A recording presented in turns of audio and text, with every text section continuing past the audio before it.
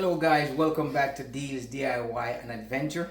We're here today at the customer house to to check out these outlets right here in the counter. She said this one, which is known as the GFI, does not work. And so as I came in, I noticed that it has a reset button. It's tripped. So GFI has two buttons on it. It has a reset button and a trip button. It trip on the fault, whatever the fault is, it causes this button to deactivate. That's called tripping. And so if it's good, you just press this bottom button right here and it's reset. So this is something that you can do at home quick. If you see a GFI trip right here, you press this button, second button, to reset it. If it doesn't reset, then we know we have a bad GFI. And by the way, the GFI is ground fault circuit interrupter. And that is used in your kitchen, wherever there's water. So in your kitchen counter, in your bathroom, in your garage, or outdoor. Those are the places that you find these outlets. And so if we take a quick look over here, there's another one right here. All right, so this is known as a stick tester. And so what this does, this will tells me if there's power or there's no power. So when I put it right here, and always remember, put it in the small side. I have a big side. If you look at the outlet, you'll see there's a long side and there's a small side right here. This is longer.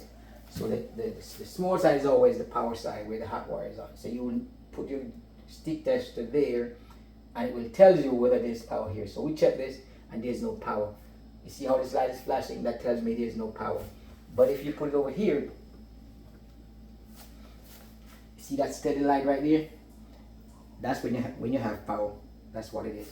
So if you press this button, I don't know if the camera coming up close. You press this button above it.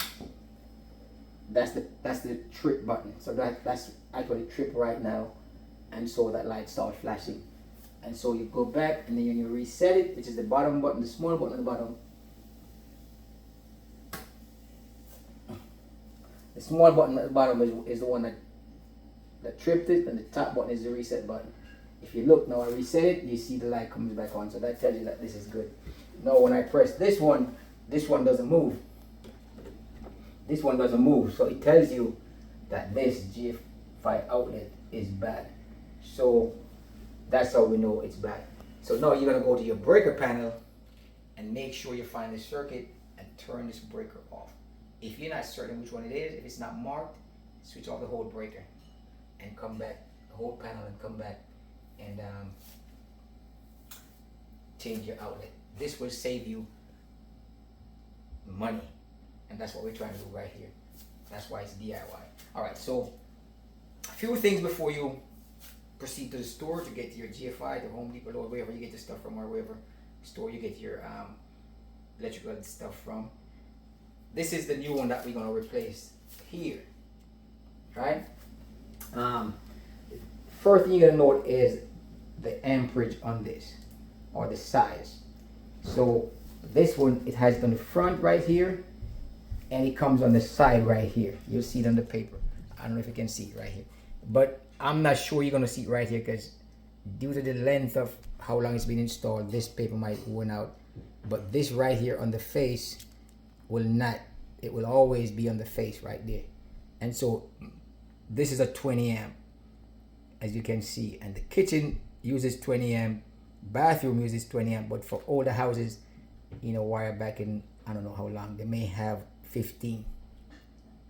But if it's 15, you have to make sure you put back the 15. But most newer houses have 20 because that's the code.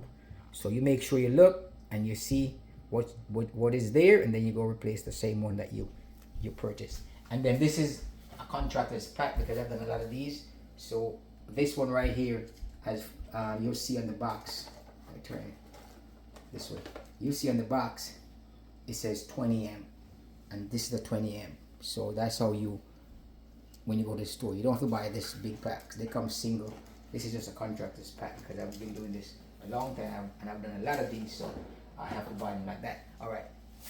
So with that being said, that's one thing. The other thing you gotta bear in mind is how you take the wire orientation on the back of this GFI. Right?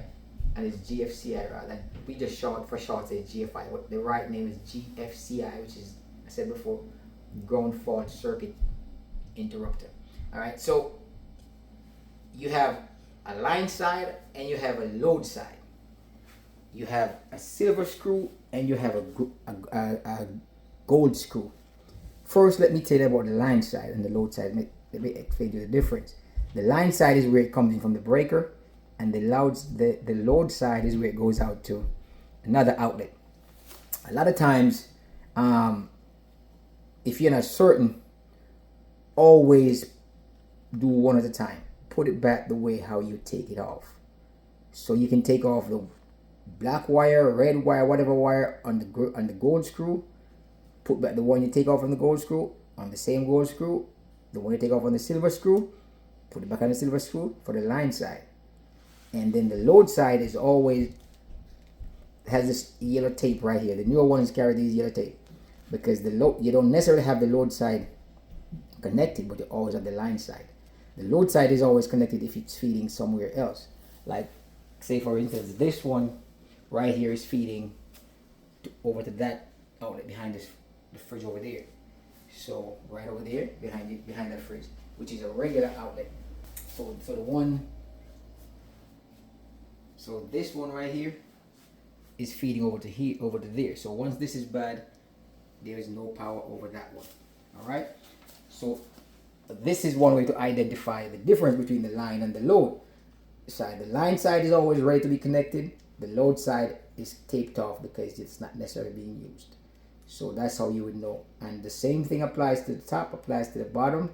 Make sure you use however wire you take off what screw, put it back the same way.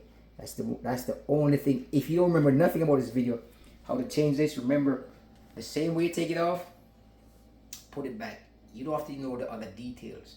I just give you that as an additional information. But the main thing is you the same way you remove it, the same way you put it back.